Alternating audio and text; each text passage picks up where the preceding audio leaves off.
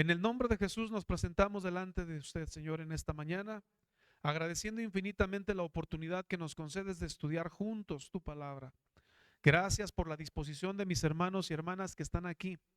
Gracias, Señor, por estos corazones dispuestos a aprender y a recibir tu palabra. Escrito está que no solo de pan vivirá el hombre, sino de toda palabra que viene de ti. Gracias, Señor, por esta bendición en el nombre de Jesucristo. Amén y amén. Amén. En la Biblia usted y yo vamos a encontrar tres términos comunes y al menos por tradición en el ambiente cristiano los relacionamos como que si estuvieran plenamente en la Biblia. Voy a poder ir por ahí a ver si nos puede auxiliar Israel al proyectar estas tres palabras. La primera es cristiano, la segunda es creyente y la tercera es discípulo. Cristiano, creyente y discípulo. En orden, así separadas. Vamos a describirlas, vamos a revisarlas, porque hoy nosotros tenemos que comenzar de cero. Tenemos que aprender si nosotros somos creyentes, si somos cristianos o si somos discípulos. Aunque la referencia puede estar relacionada, las tres ideas juntas, implícitas en un sentido, nos vamos a sorprender porque los datos que le voy a dar el día de hoy están interesantes. A ver, pregúntele al que está a su lado, ¿qué somos? ¿Creyentes, cristianos o discípulos? Y por favor, dé una respuesta. ¿Qué somos? A ver, dele una respuesta al que tiene por ahí. ¿Cristianos, creyentes o discípulos? ¿Sí? Muy bien. Levante su mano. ¿Quién dice que somos cristianos? Ok, gracias. Bájela. Levante su mano. ¿Quién dice que somos creyentes? Muy bien. Levante su mano. ¿Quién dice que somos discípulos? ¿Seguros? Ok, le tengo noticias. La palabra cristiano aparece solamente 3 veces en el Nuevo Testamento. Solo 3 veces. ¿Qué le parece? La palabra creyente, por su lado, aparece 20 veces. ¿Qué tal? Pero la palabra discípulo, si quieres complementarle ahí la información, Isra, aparece 269 veces. Otra vez, ¿cuántas veces aparece la palabra cristiano en el Nuevo Testamento? Y la palabra creyente, 20. Y la palabra discípulo, 269 veces. La pregunta sería, ¿por qué? El término cristiano no es algo que Jesús haya dejado. Tampoco es algo que los discípulos o llámese los apóstoles adoptaron, sino que a ellos se les impuso el nombre de cristianos en Hechos capítulo 17, a razón de que se les llamó por primera vez cristianos porque predicaban ¿a quién? A Jesucristo. Las enseñanzas del Mesías, el Cristo, ellos las profesaban, las transmitían y por eso hubo un grupo de personas no creyentes, no cristianos, que les llamó a los discípulos y a los que predicaban la fe de Cristo, cristianos. Qué interesante, porque no fue algo que Jesús haya establecido ni que los discípulos o apóstoles hayan tomado. ¿Estamos de acuerdo? Ahora, la palabra creyente que aparece aproximadamente 20 veces en el Nuevo Testamento tiene que ver con alguien que profesa una fe, alguien que cree en algo o en alguien. Entonces, los discípulos, los cristianos, los apóstoles, todos aquellos que venían a Cristo, profesaban una fe. Por lo tanto, eran creyentes. ¿Estamos de acuerdo? Y decían creer en Jesucristo. Alguien diga amén. Muchos decían creer en Dios. Pero si creer fuera suficiente, en el sentido en que la gente comúnmente lo hace, tendríamos un problema. Si yo me voy casa por casa aquí en toda la colonia y les hago una encuesta y le pregunto, ¿usted cree en Dios? ¿Qué me va a decir la gente? La mayoría. Habrá quien diga que no. Si yo le pregunto si es cristiano, por tradición me van a decir que sí, porque incluso la religión popular se autodenomina cristiana. Entonces, si yo le digo a la gente, tú eres creyente, me va a decir que sí. Y si le digo, tú eres cristiano, me va a decir también que sí. Cristiano porque profesan la fe de Cristo. Creyente porque creen en Él. El problema no es ese. El problema es que para la Biblia sí hay diferencia entre llamarse cristiano, llamarse creyente y ser o llamarse discípulo. ¿Qué somos usted y yo? ¿Cristianos, creyentes o discípulos? Bueno, bien pudiera en este caso enlistarse a lo mejor en los tres. Soy cristiano porque profeso a Cristo, soy creyente porque creo en Él, pero soy discípulo. Ahora, antes de entrar a saber qué es discípulo, qué es la enseñanza de hoy, la enseñanza simplemente se llama discípulos. Una sola palabrita, discípulos. Porque tenemos que entender qué es esto. Si la Biblia me marca que existen 269 veces en la Escritura, es el término más justo. Hay quienes dicen que aparece 261, hay quienes dicen que aparecen 271, porque hay palabras que a la traducción al español se asemejan mucho en su idea, pero realmente los términos así completitos sobre discípulos son 269 veces, nada más en el Nuevo Testamento. Entonces, el término discípulo se usaba más frecuente en el tiempo de los primeros cristianos para referirse a los seguidores de Jesús. Era más el común. La gente los identificaba más como discípulos. Podemos identificarnos nosotros con cualquiera de los tres, pero al final de cuentas existe una marcada diferencia. Porque como le decía, si la religión popular dice que también son cristianos, su estilo de vida tendría que ser de acuerdo a lo que profesan. Seguidor de Cristo, y un seguidor de Cristo hace las cosas que Cristo hizo.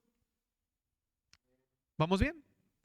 Si dijeran creyentes, bueno, es porque están creyendo, están reconociendo a Jesús, a Dios, pero ser creyente no es suficiente. ¿Cuántos aquí creen que Dios es uno? Le felicito. También los demonios creen y tiemblan. Si ser creyente fuera suficiente, los demonios serían los primeros, porque ellos sí creen que Dios es uno. Entonces no es suficiente ser creyente. Tenemos que ser más cristianos, es decir, sí creer y llevarlo a nuestra vida como una profesión de fe, pero sobre todo ser discípulo. Cuando usted y yo vinimos a Cristo, entregamos nuestra vida y le pedimos perdón por nuestros pecados.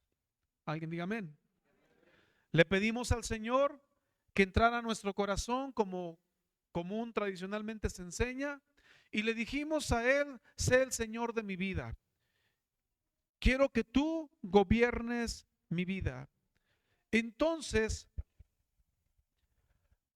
hablar de recibir a Cristo en el corazón hace que una persona que antes no creía en Él o no tenía al Señor, ahora sí lo tenga. ¿Estamos de acuerdo? Pero eso genera un compromiso de fe. Nadie en la Biblia era bautizado y se apartaba en el sentido estricto. La mayoría prácticamente perseveraban. nosotros, mi hermano, tenemos que distinguir entre ser creyente, cristiano y discípulo. Porque los discípulos, mi hermano, tienen características especiales. Es más, la Biblia nos habla incluso de otro término que también seguían al maestro y les decían multitudes, porque gran cantidad de gente venía detrás de él. Muchos venían detrás de él, pero no todos eran discípulos. Muchos siguen al maestro hoy en día. Muchos se dicen creer en él. Es más, muchos se autodenominan cristianos, pero con respeto le digo, no todos son discípulos, porque la palabra discípulo implica aquel que se deja orientar y guiar, aquel que se pone a los pies de un maestro para recibir una enseñanza, una doctrina, no tan solo para tenerla como complemento de conocimiento, sino para hacerla un estilo de vida. La mayoría de nosotros sabemos, mi hermano, lo que es hablar por celular y llegar a lugares donde no hay señal. Un lugar donde no hay señal, en el término técnico se le conoce como una zona muerta, así se le llama. ¿Por qué? Porque es un punto donde falla la señal. Si usted y yo estamos con el celular hablando con alguien y comenzamos a tener esa interrupción o que no se escuche claramente, que la persona no lo escuche, que usted tampoco lo aprecie o que se interrumpan las palabras, ¿verdad que no es muy correcto esa conversación? Oye, ¿sí me escuchas? ¿Estás ahí? Bueno, sí. Y de repente como que se corta. Así que usted cuelga, vuelve a llamar y le dice a la persona, oye, ¿sí me escuchas otra vez? Y empieza otra vez la situación. Ok, esa circunstancia en el sentido natural a veces puede ocurrir con nosotros como humanos con Dios, que en apariencia estamos conectados, pero estamos en una zona muerta. ¿Por qué? Porque falla la señal.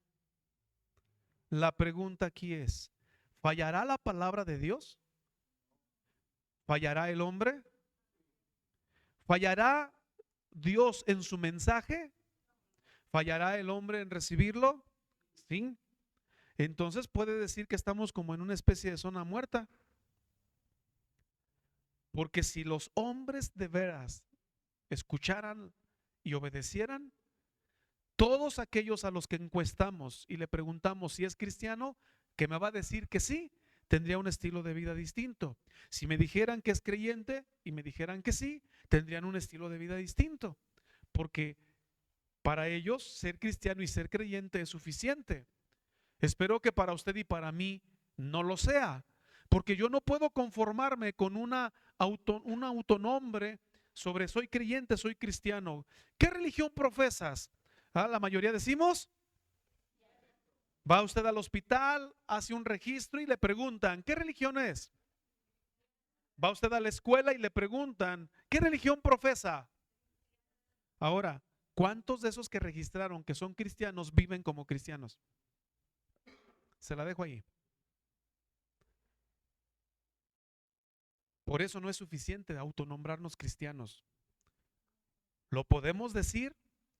Sí, pero tiene que haber congruencia entre el dicho y el hecho, porque a veces podemos estar como en una zona muerta, Dios queriendo decirme lo que tengo que hacer, y yo, bueno, no te escucho, es que no sigue bien.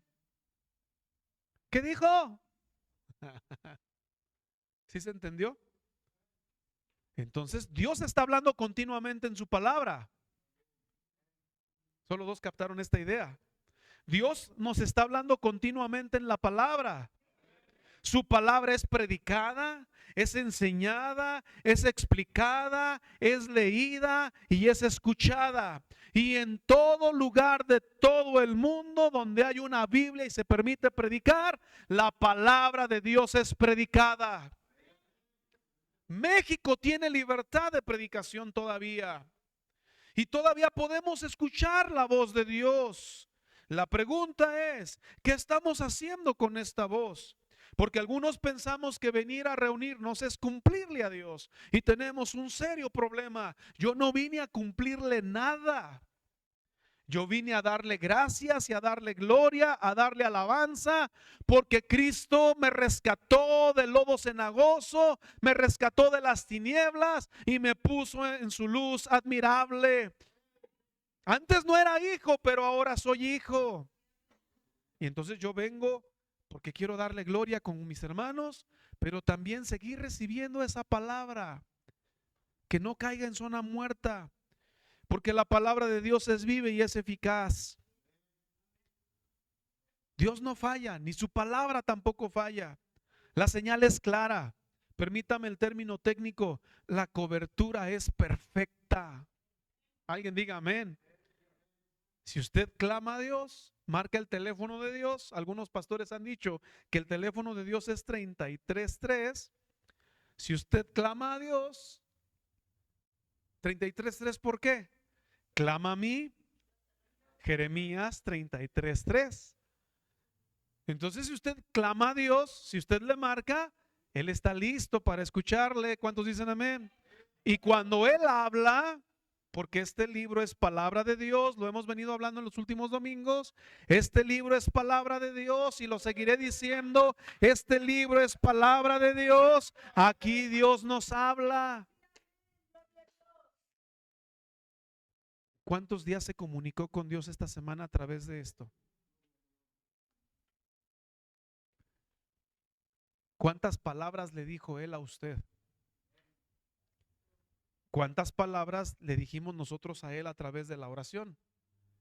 ¿Sí nos conectamos esta semana? ¿Sí nos conectamos? Cuando sentimos que no, que Dios no habla, el problema no está en la línea de Él, el problema está de nuestro lado. Cuando la palabra de Dios se difunde, las palabras, o mejor dicho, la palabra de Dios llega, pero las personas no siempre la escuchan como deberían. Entonces, mi hermano, si usted siente que hay una señal débil, que está cayendo en zona muerta, como que no entiendo, como que no capto, necesita entender que a lo mejor usted se quedó en estado de creyente, porque simplemente cree. O a lo mejor usted llegó a ser autollamado cristiano, porque pues predica a Cristo. Pero un verdadero discípulo es el que interactúa con Él.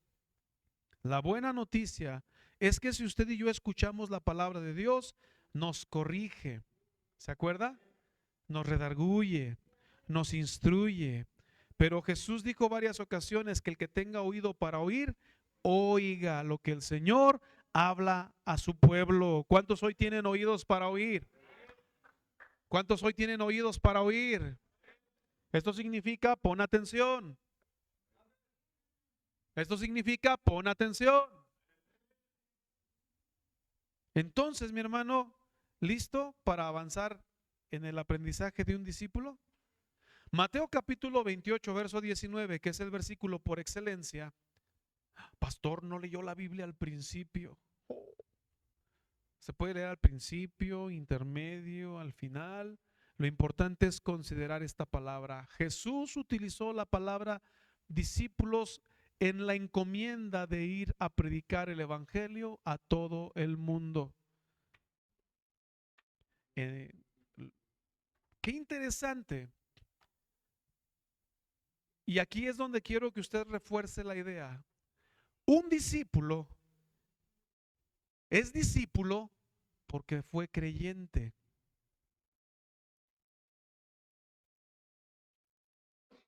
Id por todo el mundo. Vea. Id a todas las naciones. Y les dijo, ¿hagan qué? Discípulos. A ver, leamos el versículo. 1, 2, 3. Por tanto, id y haced discípulos. ¿A dónde?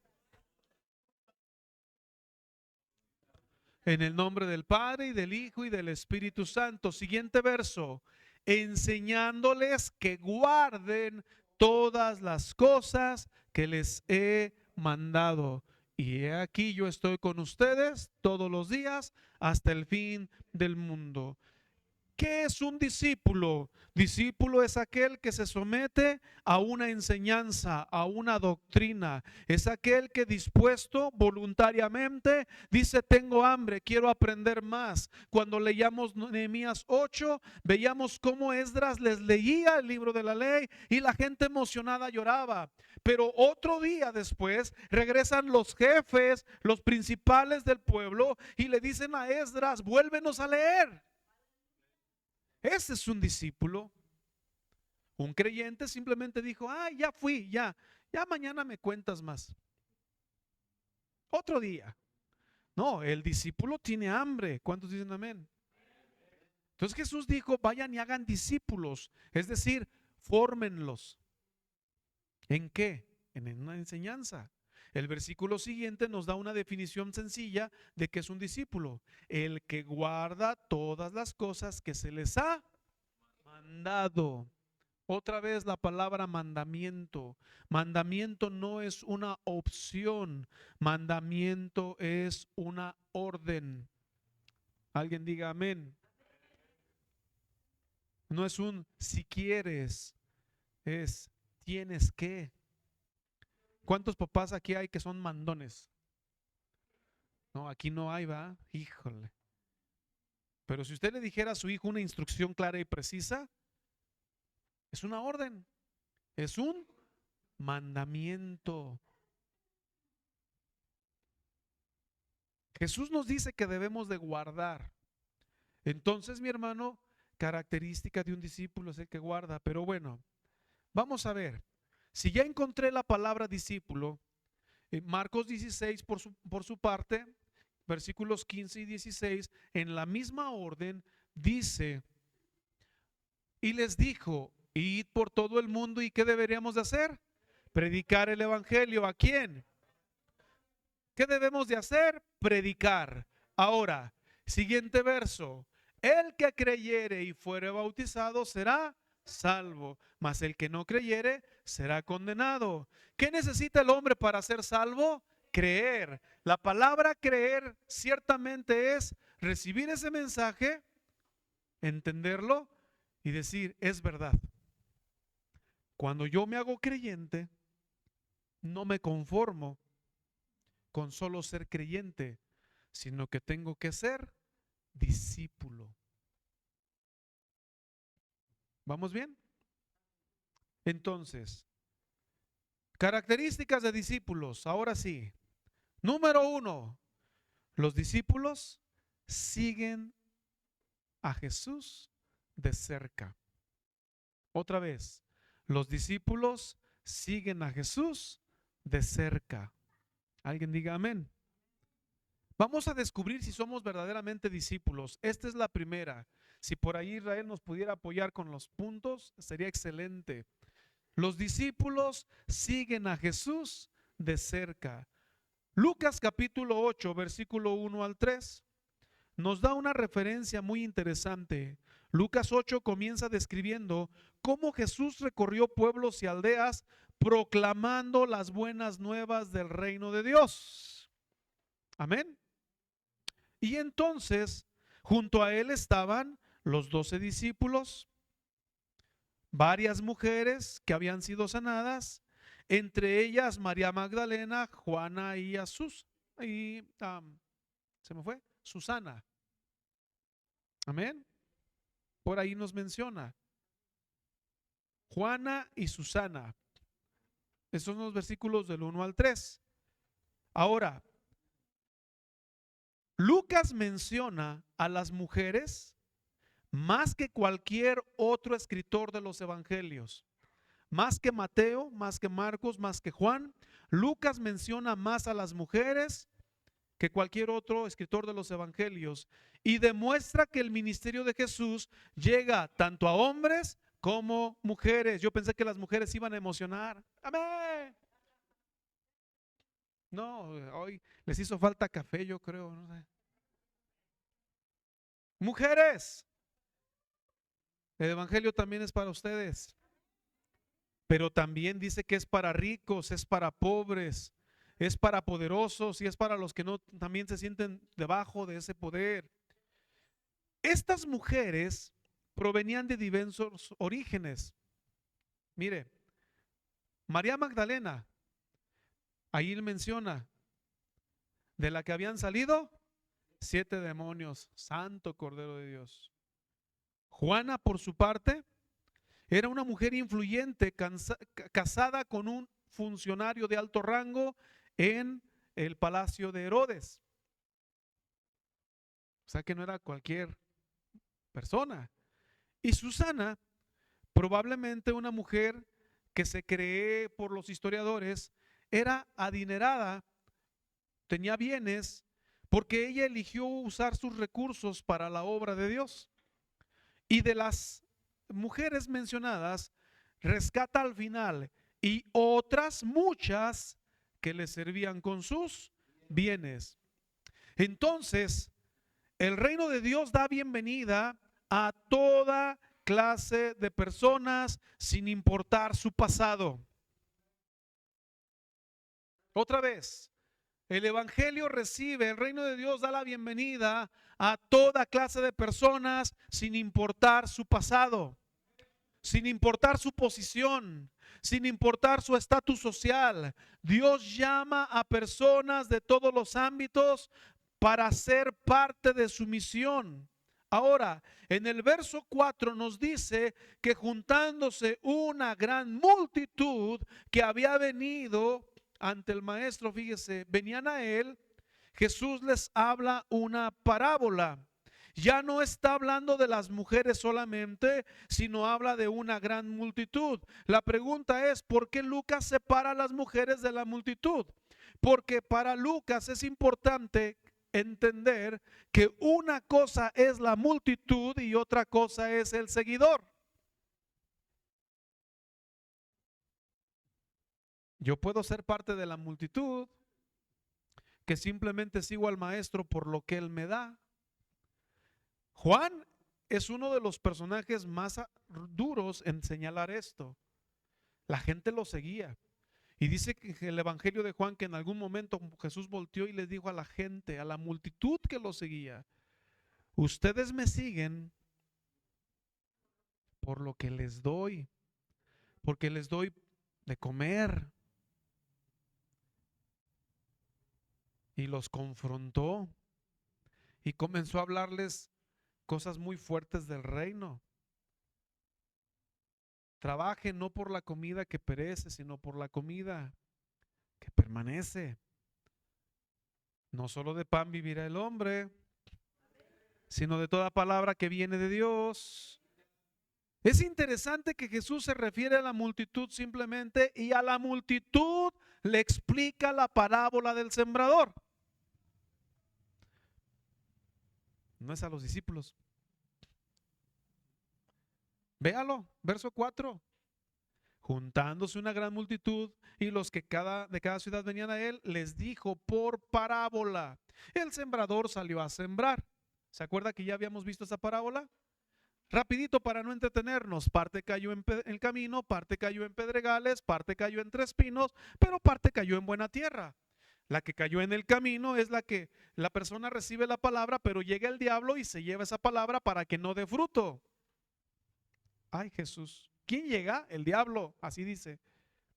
Ya no me entretengo en leer. El que cayó entre piedras es aquel que recibió la palabra, pero como no hay raíces, sale el sol, la quema y no produce fruto. La que cayó entre espinos ciertamente cayó, sí empezó a crecer, pero las espinas lo ahogaron, que representan simple y sencillamente los afanes, las riquezas, los placeres de la vida. Y como la gente se enreda en eso, aunque esté la semilla ahí, no la va a dejar dar fruto. Pero parte cayó en buena tierra, diga buena tierra.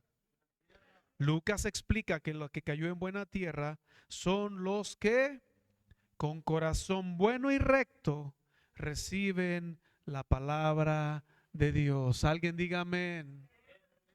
La retienen y la ponen por obra. Entonces Jesús comienza a decirle a la gente, a ver, ¿tú qué eres? ¿Eres seguidor? ¿Eres de la multitud o eres discípulo? ¿Por qué María Magdalena? ¿Por qué María? ¿Por qué Juana? ¿Por qué Susana? Son rescatadas por Lucas al principio del capítulo 8 por una característica. Vea, regresémonos a esos versos. Verso 1. Aconteció después que Jesús iba por todas las ciudades y aldeas. ¿Qué hacía? Predicando y anunciando el evangelio del reino de Dios y los 12 con él. Alguien diga amén. Y los 12 con él. No dice que la multitud. Voltee por aquí y dígale, estás en buenas manos, dígale, estás en buenas manos, dígale. Sí, porque estamos en las manos del Señor. ¿Usted por qué vino hoy? Porque usted está siguiendo a Jesús. No es de la multitud que se aparece cada venida de obispo, dijo mi abuela. No, usted y yo somos discípulos. Alguien diga amén. Y entonces un discípulo sigue al maestro donde él vaya y predique. Pero característica interesante que algunas mujeres que habían sido sanadas de espíritus inmundos, de enfermedades, también le seguían. María, que se llamaba Magdalena, la que habían salido 7 demonios, Juana, mujer de Chuza, muy probablemente había sido sanada porque dice aquí, ahí lo dice. Ahora, ¿qué hacían ellas? Verso final o la parte final del verso 3. Y otras muchas que le servían ¿de qué le servían? El que sigue a Jesús es porque quiere apoyar el reino de Dios. Una forma de demostrarlo es con sus bienes. Cuando alguien retiene su mano y no da para el reino, muy probablemente solamente sea creyente o se autonombre cristiano, porque un discípulo sigue de cerca al maestro y si tiene que dar la vida por él, lo hace. Algunos habían venido porque querían seguir a Cristo, otros habían venido porque habían oído hablar de sus milagros, de las enseñanzas, sentían curiosidad, pero muchos que se habían reunido, a lo mejor porque alguien más los llevaba. ¿Usted por qué vino hoy? Una gran multitud no es un indicador de que todos están de acuerdo con lo que Jesús enseña. Es lo mismo esta mañana. El hecho de que estemos aquí no es garantía, pero cada uno de nosotros debería de tomar una decisión. Algunos están presentes porque quieren seguir a Cristo, otros están aquí porque tienen curiosidad, otros porque quisieron cumplir, otros porque alguien los invitó, alguien porque les dijo tienes que venir, pero no todos los que están presentes en alguna reunión como esta, incluyendo esta, pueden ser verdaderos discípulos. Entonces, el ejemplo para imitar en este corto pasaje es el de estas mujeres, porque a pesar de vivir en una cultura en la que eran consideradas inferiores y a menudo excluidas del círculo social, Jesús les permite andar con ellos y servirles. Ellas seguían a Jesús de cerca. Alguien diga amén. ¿Está usted siguiendo a Jesús de cerca? Entonces, vamos bien. Un discípulo es aquel que sigue a Jesús de cerca. Alguien dé gracias a Dios. Número 2, un discípulo retiene la palabra que se le predica, da fruto y persevera. Ya le leí la parábola del sembrador, no me voy a entretener más en ella, pero sí quiero rescatarle la interpretación que Jesús da a partir del verso 11. Lea conmigo, por favor. Un verdadero discípulo retiene la palabra y da fruto y persevera. Un verdadero discípulo retiene la palabra, da fruto y persevera. A partir del verso 11 juntos decimos 1, 2, 3. Esta es pues la parábola.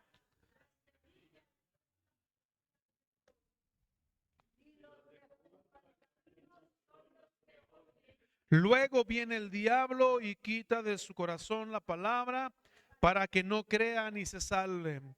Los de sobre la piedra son los que habiendo oído reciben la palabra con gozo, pero estos no tienen raíces, creen por algún tiempo y en el tiempo de la prueba se apartan. Lo que cayó entre espinos, estos son los que oyen, pero yéndose son ahogados por los afanes y las riquezas y los placeres de la vida y no llevan fruto. Mas la que cayó en buena tierra, repito esa parte, mas la que cayó en buena tierra, estos son los que con corazón bueno y recto retienen la palabra oída y dan fruto con perseverancia. Alguien alabe a Dios por esto. La parábola del sembrador es extraordinaria, pero es interesante rescatar que no le enseñó a los discípulos en el sentido exclusivo, le enseñó a la multitud, porque a la gente tenía él que confrontarlos para decirles, a ver, la semilla es la palabra de Dios, repito, la semilla es la palabra de Dios, entonces la semilla no falla, la semilla es la palabra de Dios y la semilla no falla.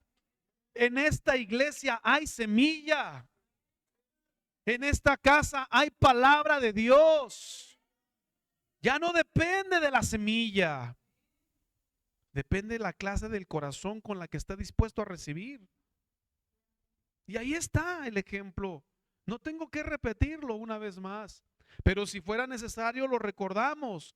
Porque un verdadero discípulo retiene la palabra, da fruto y persevera en el Señor.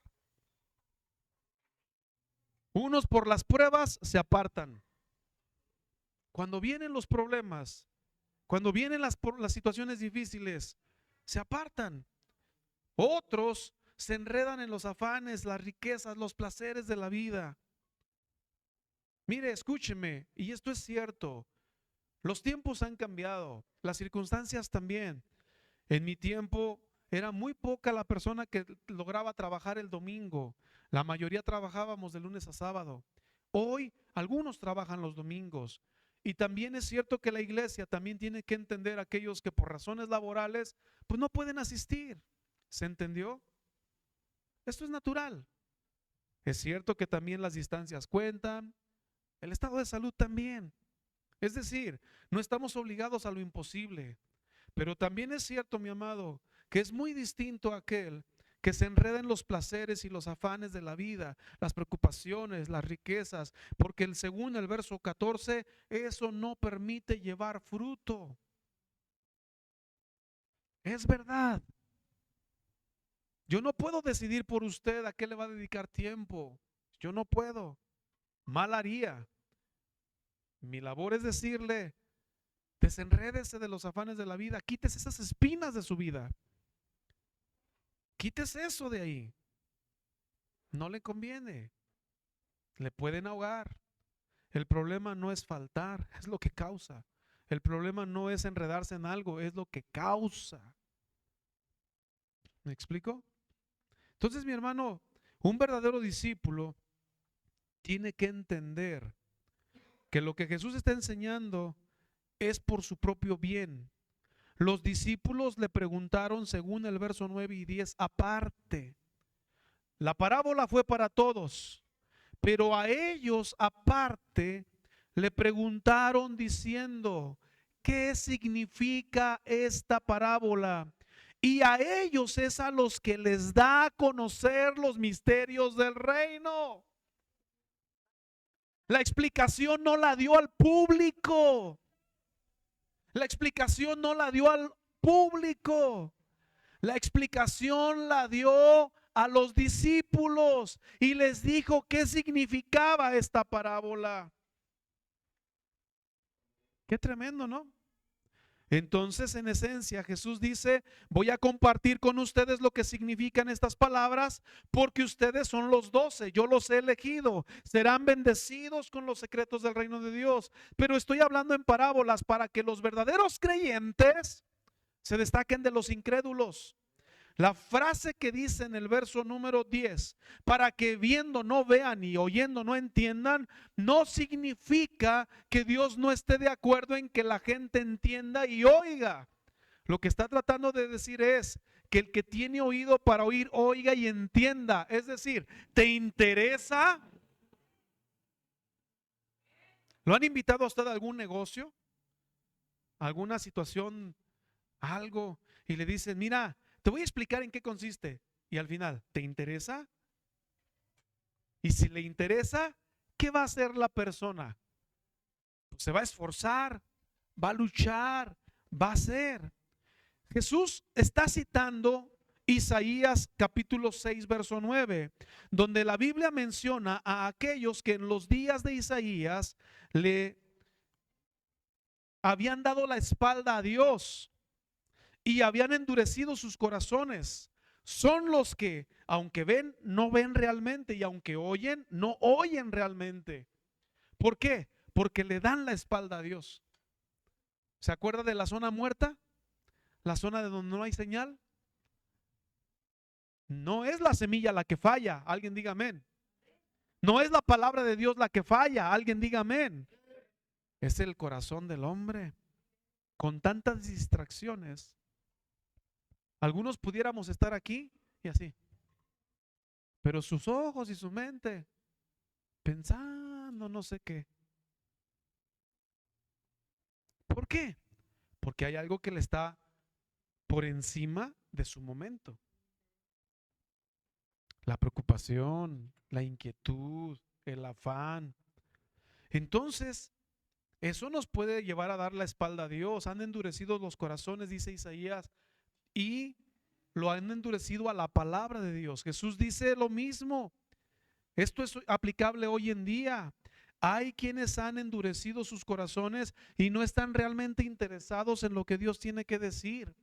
Han tomado una decisión, han elegido hacer lo suyo, no están realmente interesados en la palabra de Dios. Dios habla, pero ellos realmente no escuchan. Es como si estuviéramos en la zona muerta, la zona de no hay señal.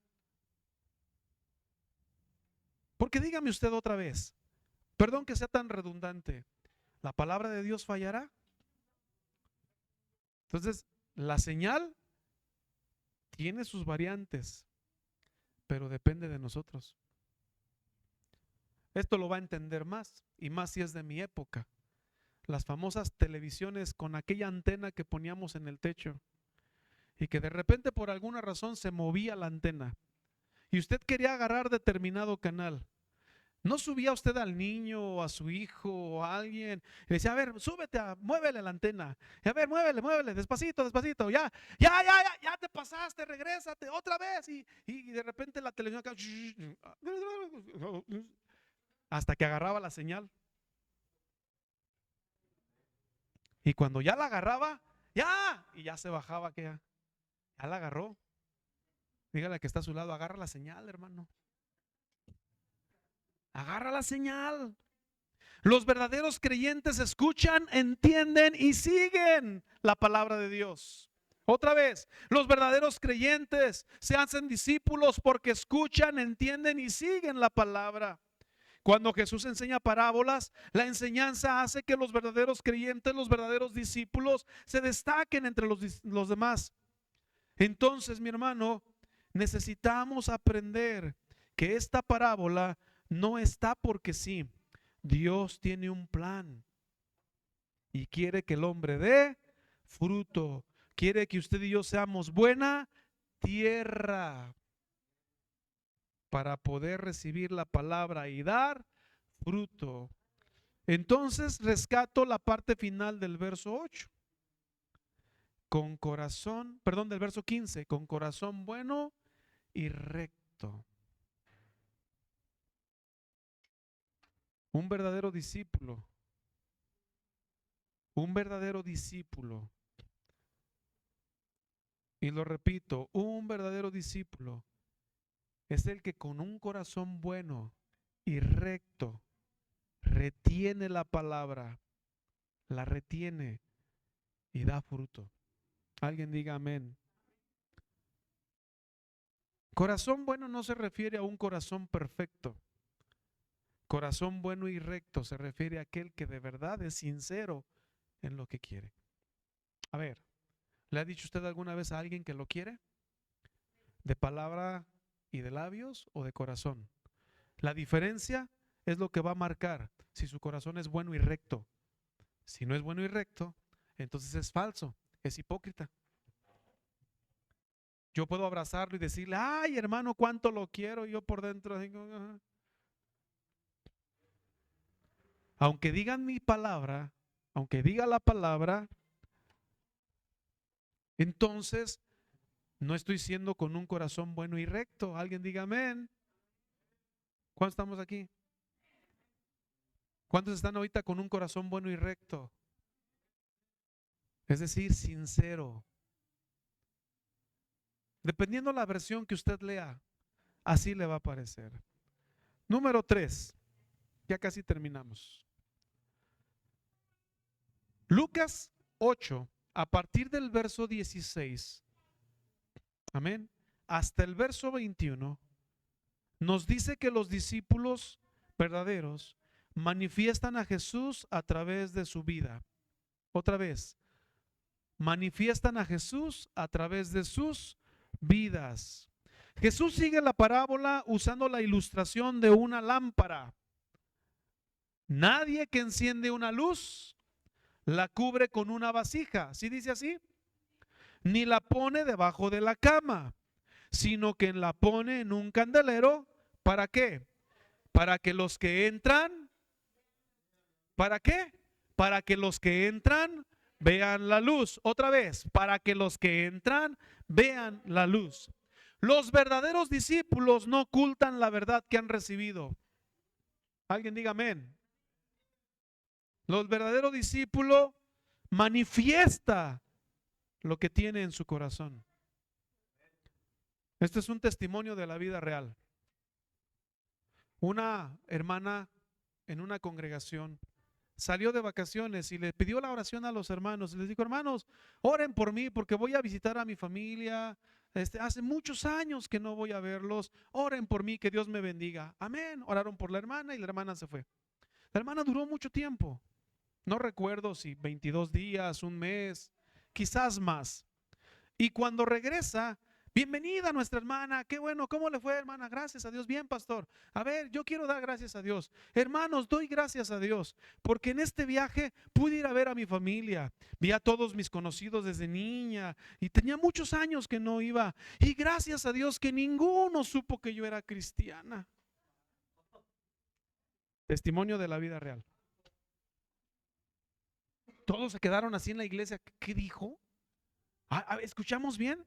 Y le dijo el pastor, a ver hermana, ¿qué dijo? Sí, pastor, gracias a Dios que nadie supo que yo era cristiana.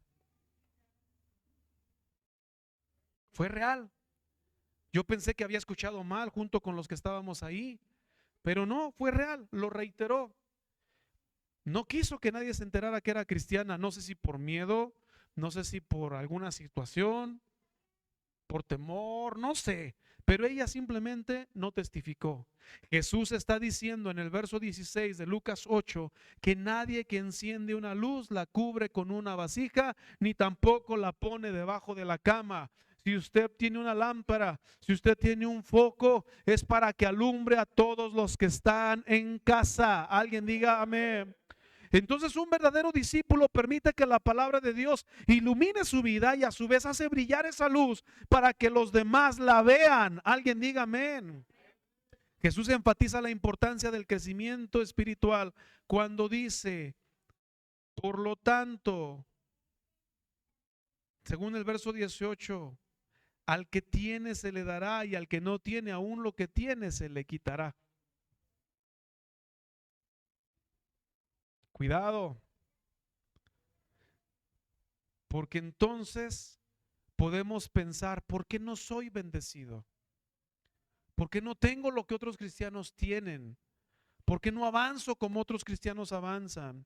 ¿Por qué yo tengo problemas y parece que en lugar de salir de ese me meto a otro? Y otros cristianos tienen problemas pero salen victoriosos y entran a otro pero salen victoriosos y yo aquí me la paso quejándome. Problema tras problema, tras problema, tras problema. ¿Qué ocurre? Que tienes que entender qué es lo que hay en ti y hazlo brillar. Psicológicamente hablando, médicamente hablando, se dice que las personas que están pasando por alguna situación de problema que aqueja su espíritu, su ánimo, llámese tristeza, dolor, llámese un duelo, llámese alguna circunstancia, si esa persona se encierra en su casa y sigue con su dolor pensando en él, no va a salir. Pero alguien que tiene un dolor, llámese anímico, llámese emocional, pero sale y ayuda a otras personas, sale más rápido del problema. ¿Por qué? Esto no lo digo yo, lo dice la ciencia, porque la persona está confrontando su circunstancia, ayudando a los demás. Espiritualmente hablando, Jesús prácticamente está diciendo eso. Tú tienes una luz dentro de ti, alguien diga amén. Nadie que enciende una luz la cubre. Tú tienes a Cristo, alguien diga amén. Tú tienes a Cristo. Pues entonces haz que brille. Que los demás digan, este es hijo de Dios. Porque si no, eso que tienes se te puede quitar.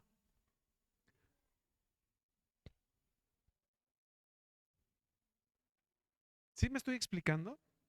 ¿Sí queda claro? ¿Por qué no avanzamos como deberíamos de avanzar? Porque teniendo la luz, estamos ahí diciendo yo no puedo. Un verdadero hijo de Dios, un verdadero discípulo, manifiesta lo que tiene en su corazón. ¿Quién vive en tu corazón? Cristo. Alguien diga amén. Entonces, haz que los demás lo vean. Entonces, mi hermano, el crecimiento ocurre cuando escuchamos atentamente y respondemos obedientemente a la palabra de Dios. El discípulo requiere alimento espiritual constante. Y ya le he dicho estos ejercicios cristianos, la lectura diaria de la Biblia, la oración. Hermano, hay que ser intencionales al escuchar y entender la verdad de Dios. No podemos leer la Biblia como cualquier libro, como cualquier otra literatura. Tenemos que leer la Biblia como lo que es, palabra bendita de Dios. Pero también aparte de la oración y de la lectura, tenemos que tener compañerismo con otros creyentes. Mire, aquí voy a ser un poquito rudo, fuerte y serio. Si usted está viendo la reunión de los creyentes solamente como eso, como una mera reunión, y no está entendiendo lo trascendental que hay en esta, está perdiendo sentido. Está perdiendo sentido. Porque en el compañerismo hay poder y autoridad. En el abrazar a su hermano, el saludar a su hermana, hay poder y autoridad. Si usted es de los que terminando el culto se sale evitando saludar a los demás, tiene un problema. Tiene un problema. No puede irse sin despedirse de los demás. Tiene que abrazarlos, tiene que darles un saludo, tiene que decirles un Dios te bendiga. Según la Biblia, y la Biblia es la palabra de Dios, según la Biblia, y la Biblia es la palabra de Dios, Salmo 133, miren cuán bueno y cuán delicioso es habitar los hermanos juntos y en armonía. Lo compara como la unción que recibió Aarón. La unción sacerdotal. Es como el buen óleo que desciende. Mire, es una explicación muy amplia, pero habla de la unción, el aceite que fue puesto para él, porque le da autoridad, le da pertenencia, lo identifica con carácter. No es lo mismo cualquier persona del pueblo que un sacerdote ungido.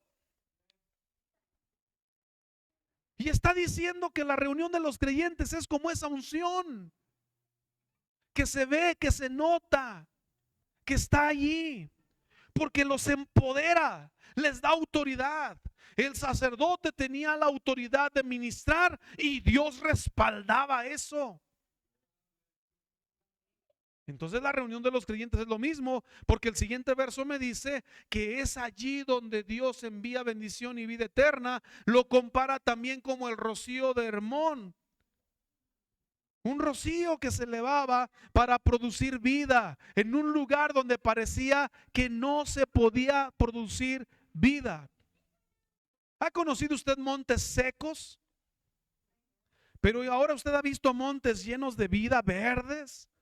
Pues este monte, en el lugar donde estaba, no debería biológicamente tener vida. Un lugar inaccesible en pleno desierto, no había manera, pero allí se establecía un rocío y usted decía: ¡wow! ¡Qué precioso monte! Hay vida. Otra vez, hay vida. Pues en esta reunión es donde Dios envía bendición y vida eterna.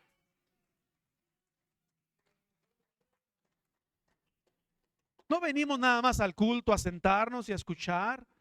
Se necesita el compañerismo de otros creyentes, aplicar las verdades de la palabra de Dios a mi vida. Entonces le pregunto, ¿estamos permitiendo que la luz de Dios brille a través de nosotros? ¿O la estamos ocultando como la hermana de la que le contaba? Para empezar, ya no sé si era hermana, o a lo mejor si era hermana, o a lo mejor era cristiana, o a lo mejor era creyente, pero no discípulo. Le dije que iba a ser un poquito duro.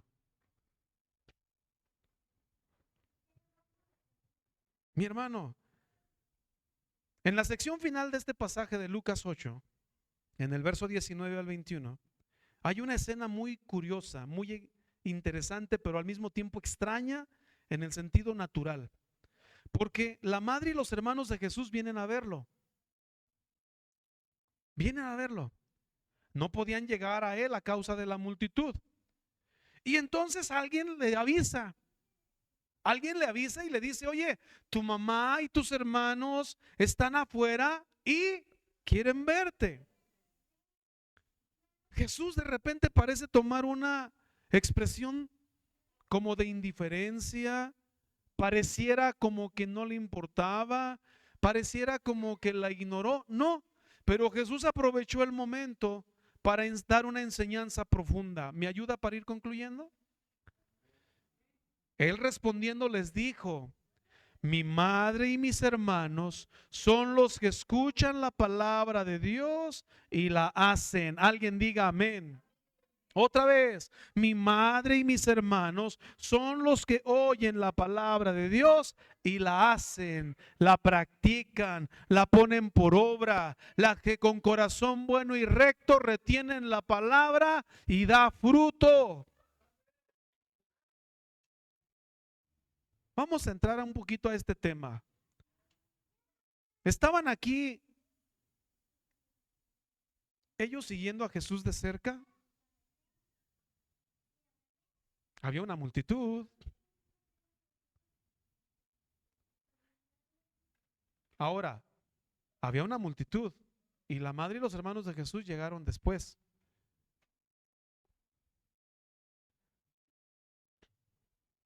¿Por qué no pudieron entrar?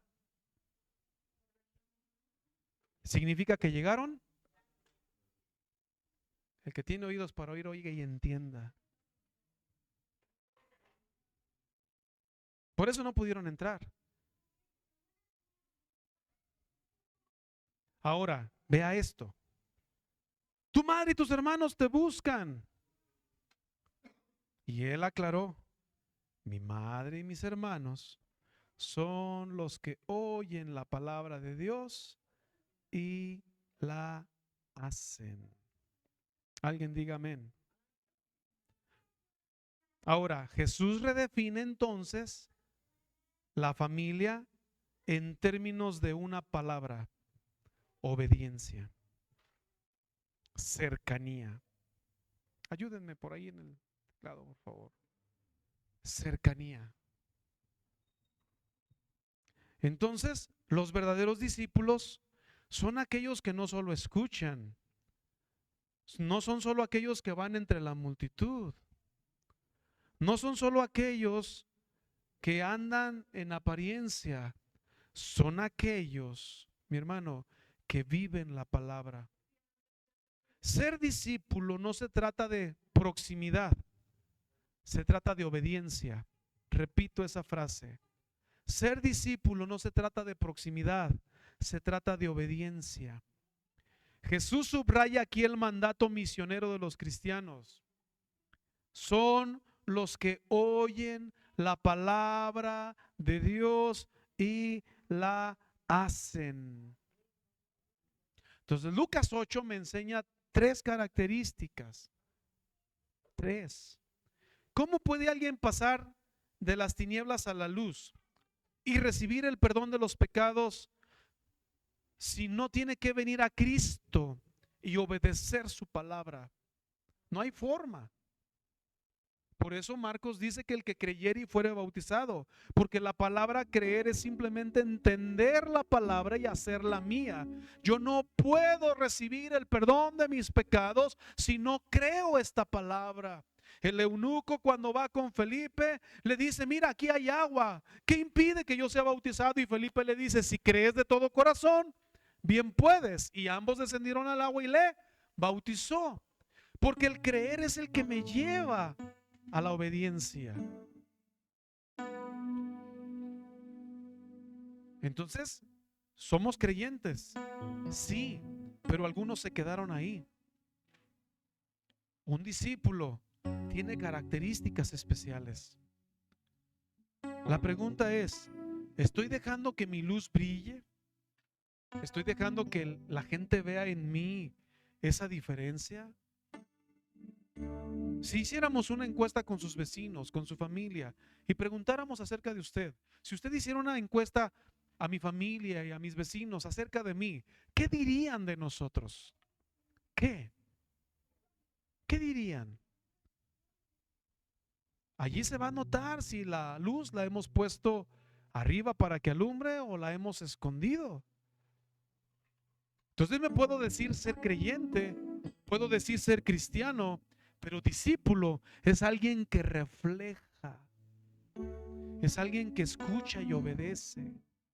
Y según Mateo 28:19, Jesús mandó a hacer discípulos. Yo honro y bendigo, y está bien en alguna medida, las iglesias que bautizan en el momento. Si alguien predica en un ambiente como este y hay un nuevo creyente por allí y este pastor dice: ¿entendió alguien? ¿Alguien quiere ser bautizado en el nombre del Señor? Y alguien levanta la mano y dice: pues lo vamos a bautizar. Y a veces les decimos a ellos: oiga, pero no lo prepara primero, no lo enseña. Dice: es que la Biblia no nos dice de preparar, no nos dice de enseñar. Tiene razón cuando la persona escuchó y entendió. Pero también es cierto que muchos lo hacen por el ambiente emocional. ¿Cuántos de nosotros nos hemos dicho ser fieles creyentes o cristianos y a lo mejor no hemos llegado a ser discípulos? ¿Estoy declarando a otros la palabra que he escuchado? ¿Les estoy testificando? Somos personas que, como el sembrador, traemos semilla en nuestra bolsa y por donde quiera que vayamos vamos sembrando la semilla del evangelio. El discípulo se distingue, mi hermano, porque escucha, obedece y cree. Tres características: escucha, obedece y cree. Pero ese creer no lo deja ahí, lo hace crecer, da fruto. No se trata solo de asistir a la iglesia, memorizar versículos, cantar algunas canciones. Se trata de poner por obra la palabra de Dios. Entonces concluyo. Hoy aprendimos tres características: discípulos o solamente cristianos o creyentes. Número uno, un discípulo sigue a Jesús de cerca. Dígalo, ya estamos terminando. Compártale eso a su hermano que tiene por ahí.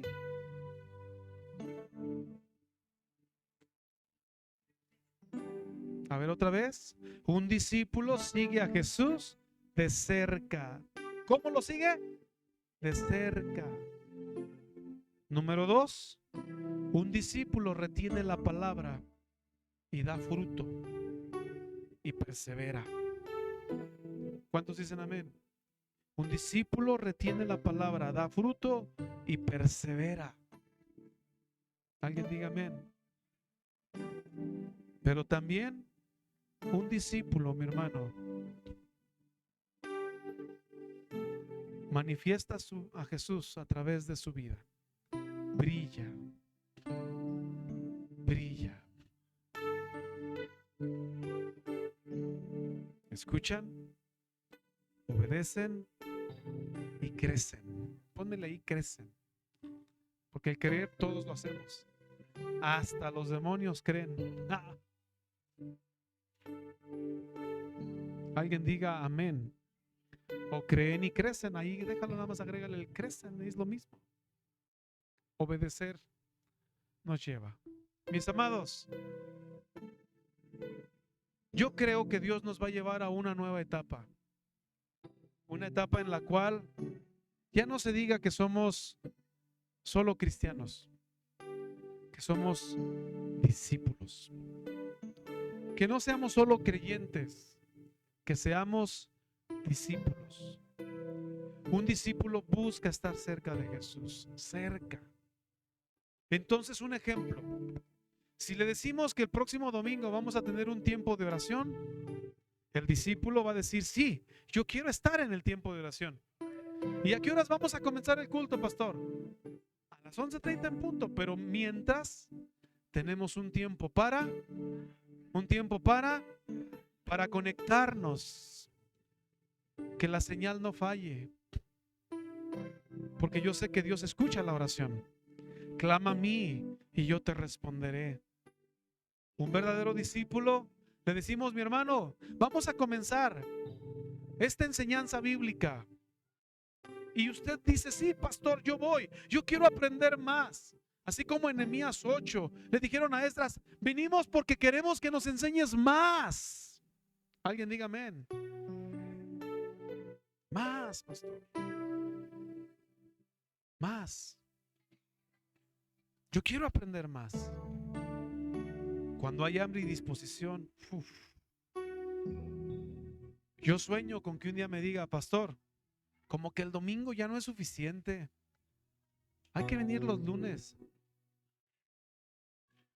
Pero también el martes. También el miércoles. También el jueves. También el viernes. Y el sábado de una vez también, pastor. Ay, pastor, puro culto, culto, culto, pura iglesia, iglesia, iglesia, pura Biblia, Biblia, Biblia. Usted no es discípulo. Usted es creyente. Usted es cristiano, entre comillas. Religión popular.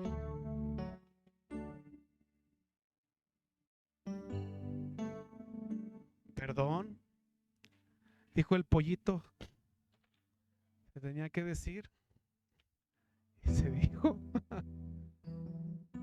Porque si vamos a comenzar una nueva etapa, los que estamos aquí, somos la base, somos el ejemplo. ¿Me permite un minutito más? Mire, los papás tenemos que ser congruentes con nuestros dichos y con nuestros hechos. Si el papá le dice al niño, hijo, usted no fume, pero el papá fuma, su dicho es incongruente con el hecho, porque le está enseñando al niño algo que él no practica. ¿Me explico? Usted no tome refresco, mijo, pero usted sí toma. No tome café, mijo, pero usted sí toma. ¿Sí me estoy explicando? Más allá de que si sí, que si no, no, el hecho. Mijo, levántese temprano. Y el papá se levanta ya por las 11, 12 del día. Y luego lo despiertan, papá, ya es tarde. ¿Quién te dijo que me levantaras a las 10 de la madrugada? Alguien sí me entendió por ahí, hasta lo relacionó con un personaje, ¿verdad? Sí. Ahora, los dichos y los hechos son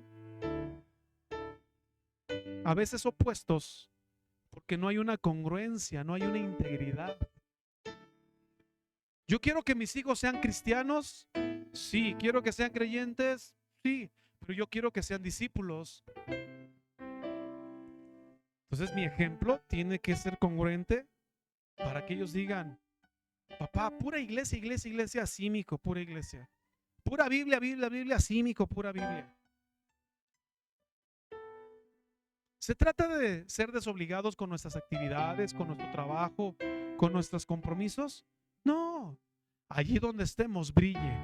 Allí donde estemos, ore. Allí donde estemos, clame. Allí donde estemos, lea la Biblia. Allí donde estemos, dejemos que brillemos, mi hermano, para que los demás vean a Jesús en nosotros.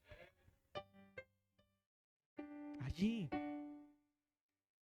Que manifestemos lo que somos. Entonces, ¿por qué le dije esto? Porque a veces nuestros hechos son incongruentes con nuestro dicho. Y se lo he dicho en otras ocasiones. Tenemos que ser congruentes, mi hermano. ¿Qué es lo más importante para usted y para mí? Piénselo. Porque donde esté su tesoro, estará su corazón. ¿Qué es lo más valioso para usted? Si para usted lo más valioso es el dinero, ahí se va a enfocar. Si para usted lo más valioso es su familia, allí se va a enfocar. Si para usted lo más valioso es otra cosa, ahí se va a enfocar. Y no estamos diciendo que sea malo trabajar, ni que sea malo estar con la familia, ni que sea malo hacer otra actividad. El problema es que todo es pasajero y algún día esto se acaba. Pero el que hace la voluntad de Dios permanece para siempre. Una reunión como esta, ¿cuánto puede durar? ¿2 horas? ¿3? 3 horitas. Matemáticos, ¿cuántas horas tiene un día? Multiplíquelo por 7. Ya tenemos problemas, ¿va? Mande. 168 horas a la semana, de las cuales dormimos en promedio 8 horas diarias. Por 7, 56. Quítele a 168, 56. Porque nos la pasamos dormidos. Y el dormir sí es que no me lo toquen, porque 112 horas tenemos, de las cuales se supone dedicamos promedio 8 horas diarias a trabajar. Se supone, digo, pues se supone porque hay ejercicios que no lo cumplen así. Pregúntale a mi hermano Manuel, que lo hace trabajar 24 por 24, por ejemplo. Eso ya se va a acabar, o debería de acabarse. Nunca debió existir conforme a la ley, pero ahora, ¿cuántas horas tenemos? 72.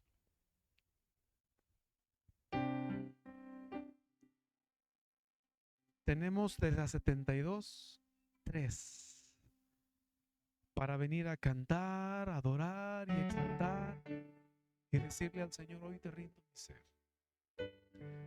Hoy te rindo mi ser. Te doy mi corazón.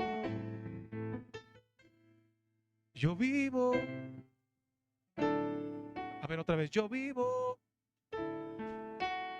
¿En serio?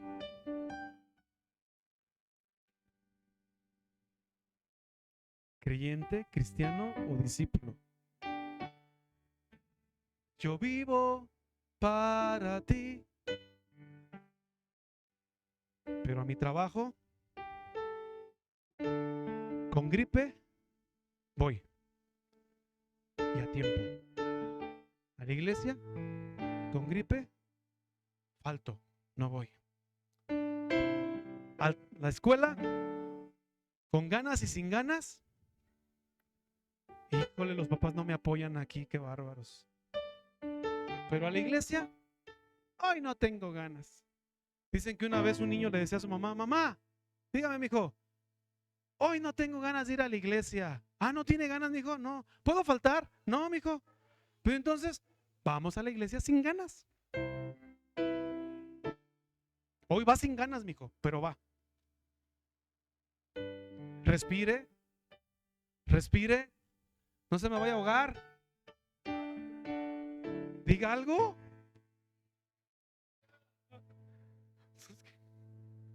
¿Se me choquearon o qué pasó? Con ganas y sin ganas voy. Pastor, pero no será pecado. ¿A poco usted cuando va no dice, ay, hoy no voy a trabajar, hoy no tengo ganas? Ay, que vengan los de la comisión de la luz y que me la corten. Pues les digo que no tengo ganas de pagarla. Es que con ganas y sin ganas paga el teléfono, paga el internet. Porque si no se arma la revolución en casa. Mamá, el internet. Es que no se trata de ganas o no ganas, mi hermano, se trata de entender. ¿Estoy creciendo o me quedé en el nivel de creyente? Cristiano solamente 3 veces está en la Biblia. 3. Solo 3. ¿Es minimizar la palabra cristiano? No. Es entender que no fue el concepto original de los discípulos. El concepto original es discípulo, que está a los pies del maestro llamado Jesús de Nazaret y que se deja guiar, orientar e instruir por él. Hubo un hombre, discípulo, apóstol, que llegó a decir, ya no vivo yo, Cristo vive en mí. Alguien diga amén. Y luego también se atrevió a decir, sean imitadores de mí, así como yo de Cristo. Otra vez, sean imitadores de mí, así como yo. Y si yo le dijera, hermano, imíteme a mí, imíteme. Bueno, usted tenga el reto de decirle a su familia y a sus seres queridos y a los que están al lado de usted, imítame. A ver, dígale, imítame. Dígale, imítame. Ay, ¿qué pasó, pastor? No, espérame, es que a mí me falta mucho. Por eso queremos ser discípulos y dejar de ser creyentes. Pastor, es que yo soy imperfecto todavía. Todos somos imperfectos, pero somos perfeccionables porque queremos ser discípulos y no creyentes. Queremos ser como Cristo. Tiene que llegar el momento en que tengamos que decirle a los demás, Giovanni, imítame. Lo que yo hago, lo que tú veas que yo hago, hazlo. Ándele. ¿No dijo Pablo eso? Sean imitadores de mí como yo de Cristo. Wow. Ese es ser discípulo. Esto es ser discípulo.